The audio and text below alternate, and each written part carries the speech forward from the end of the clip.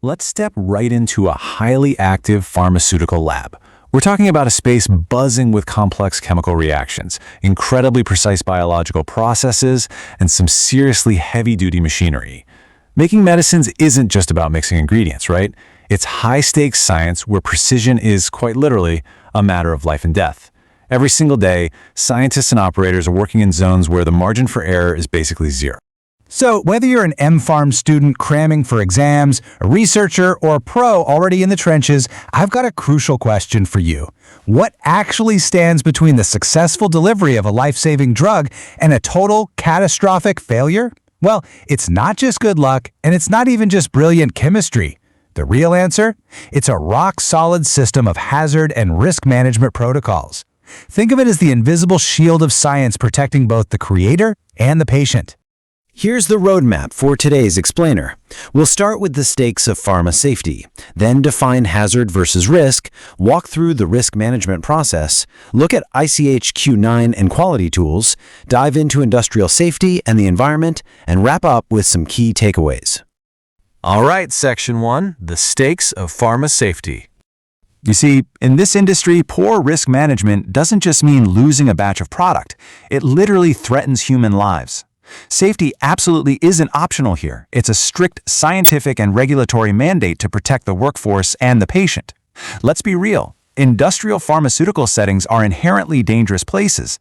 You're dealing with toxic substances, high voltages, deafening noises, and dangerous mechanical parts. Because of all that, continuous risk mitigation isn't just a box to check during an annual audit. It's a daily, vital operational necessity. Moving on to Section 2. Hazard versus risk defined. Now, before we can actually manage anything, we've got to nail down the fundamental terminology that underpins every regulatory framework out there. People use the words hazard and risk interchangeably all the time in everyday life, don't they? But in pharma, they mean very different things. A hazard is the danger itself. It's a potential source of harm, like a vat of toxic chemicals or extreme machine noise. Risk, on the other hand, is a statistical probability. It's the actual likelihood that someone will suffer an adverse effect if they're exposed to that hazard. So, simply put, the hazard is the danger, and the risk is your chance of getting hurt by it. That brings us to Section 3, the risk management process. Okay, so we know what the threats are, but how do we actually control them? Industry pros use a highly structured four-step methodology. Step 1 is identification. You've got to actively detect potential hazards in the workplace, say spotting a faulty valve. Step 2 is assessment. This is where you evaluate exactly how likely and how severe the harm from that valve could be. Step 3 is control. This means implementing measures like engineering controls or protective gear to slash those risks. And finally, Step 4 is review. You can't just set it and forget it. You have to regularly monitor and update those controls to make sure they're actually working over time. But hey, the ultimate frontline defenses are the people on the floor, using self-protective measures and relying on their training. We're talking about PPE, personal protective equipment, like gloves, goggles, masks, and helmets. Then there are safety practices, which means strictly sticking to standard operating procedures and maintaining flawless hygiene. We also use administrative controls, like rotating shifts so nobody is exposed to a hazard for too long. But honestly, none of this works without world-class training. From day one induction for rookies to job-specific refresher courses, that systematic training is what turns abstract safety concepts into life-saving habits, reducing accidents and keeping facilities legally compliant. Next up, Section 4, ICH-Q9 and quality tools.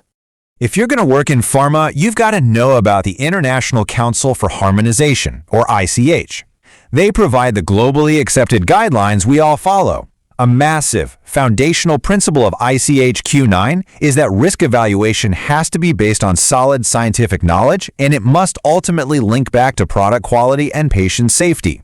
Another huge takeaway from ICH Q9, the level of effort, formality, and paperwork you put into risk management should always match the actual level of risk. You don't write a 100-page report for a tiny, negligible risk. But for a highly complex, high-severity manufacturing process, you absolutely need rigorous documentation. This core framework actually operates as a continuous cycle. It starts with risk assessment, where we ask, what could go wrong and how likely is it, and flows straight into risk control, where we apply our reduction strategies. From there, it cycles into risk review to check if our controls are actually holding up. And throughout all of this, there's risk communication, ensuring that everybody from the lab techs to the regulatory stakeholders is completely in the loop. To put this cycle into practice, scientists rely on structured tools, and a big one is FMEA, or Failure Mode and Effects Analysis.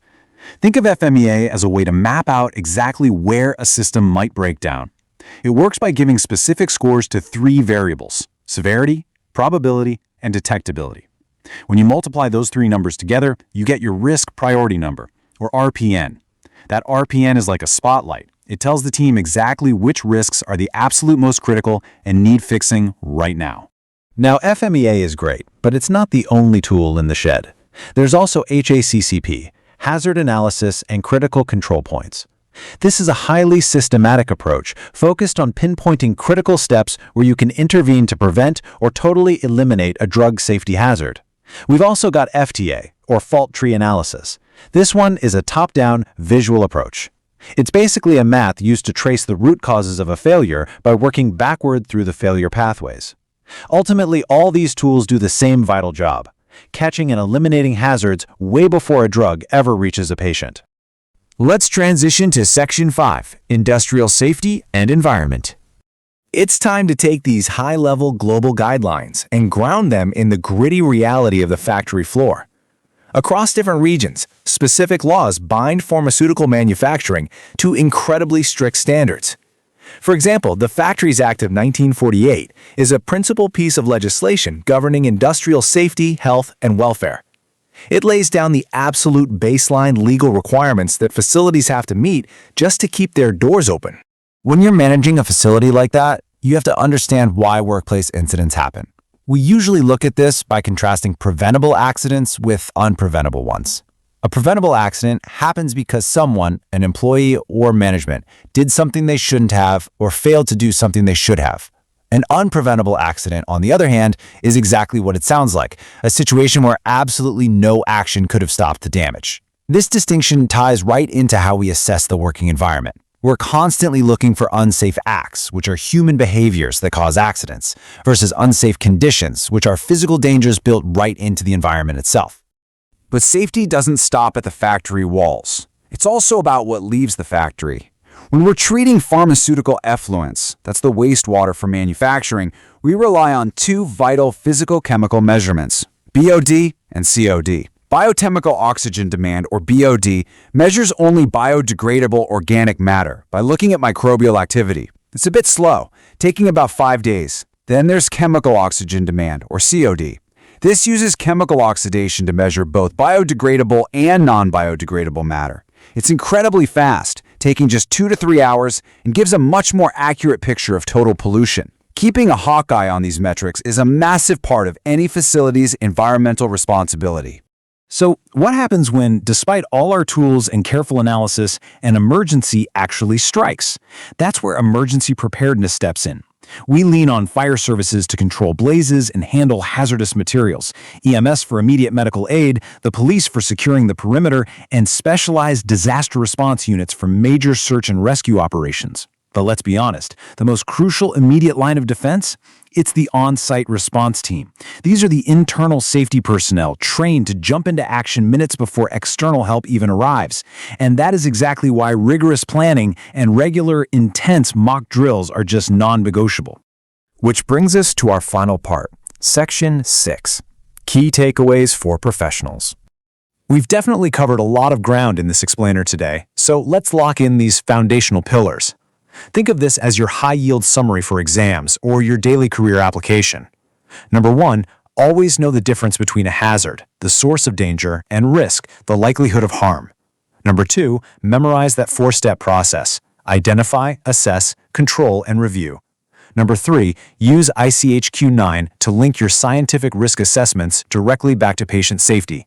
Number 4, lean on tools like FMEA to prioritize those risks using severity, probability, and detectability. And finally, number 5, never forget that your responsibility extends to the environment. Monitor that wastewater strictly using BOD and COD metrics.